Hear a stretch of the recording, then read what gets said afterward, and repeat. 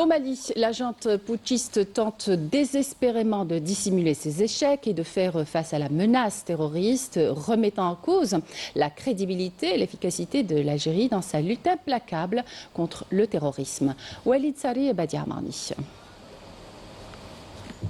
Du Mali au Burkina Faso jusqu'au Niger, on assiste à des scènes de chaos et d'instabilité dues au coup d'État militaire et au blocage des processus de transition démocratique dans un contexte d'absence totale de stabilité politique et d'échec des expériences démocratiques. Les crises du Sahel, les coups d'État et les ambitions militaires sont accentuées, l'isolement de ces zones tant au niveau régional qu'international, les transformant en terrain d'intervention étrangère aux dépens des peuples de la région.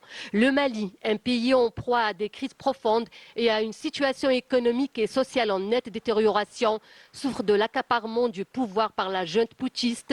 Cette junte tente de détourner l'attention du peuple malien pour masquer les échecs flagrants à tous les niveaux, des échecs dont le peuple malien paye le prix fort.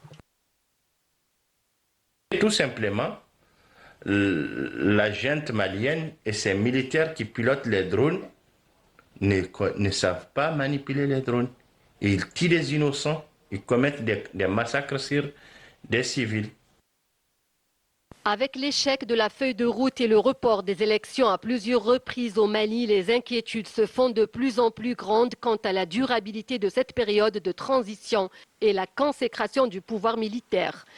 Se fermer à tous les voisins et surtout à cette grande voisine qui aurait pu être protectrice, parce que nous le savons tous, si l'Algérie voulait embêter le Mali, elle aurait pu depuis très longtemps reconnaître l'indépendance de l'Azawad, reconnaître l'Azawad en tant qu'État. L'Algérie ne l'a pas fait. Tout ce qu'elle a demandé, c'était qu'on aille aux élections pour qu'elle puisse être sereine afin de pouvoir négocier un partenaire diplomatique, politique, social et économique. Mais le Mali n'arrive pas à sortir de cet engrenage des conflits à créer avec tout le monde pour ne pas organiser les élections, parce qu'elle n'arrive pas à juguler la crise politique, sociale et économique et surtout sécuritaire. Voilà.